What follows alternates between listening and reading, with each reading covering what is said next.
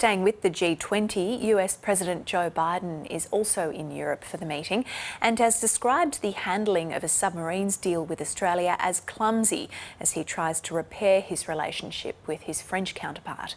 Jade McMillan has more from Washington.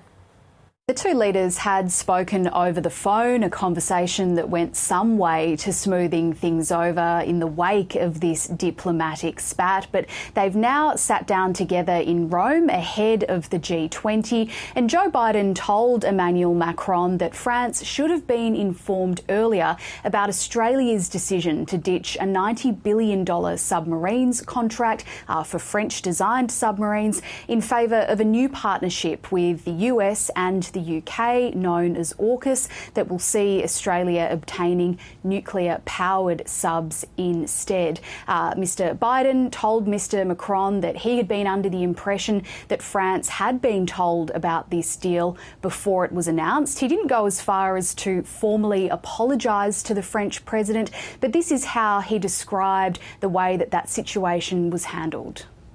I think what happened was, to use an English phrase, what we did was clumsy. It was not done with a lot of grace.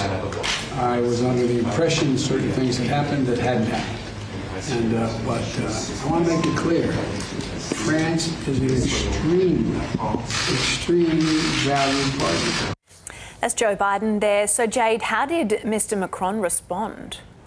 Well, the French president told Joe Biden that he wanted to look to the future, and in comments he made to reporters after the meeting, he said that it had been helpful to restoring trust between the two allies. That's a much warmer reception than the one that Prime Minister Scott Morrison received only recently when he spoke to Mr Macron on his way over to the G20. Mr Macron, in that conversation, according to his office, accused Australia of breaking the trust between the two nations. So while further signs here of the relationship between the US and France being on the mend, Australia still seems to be out in the cold.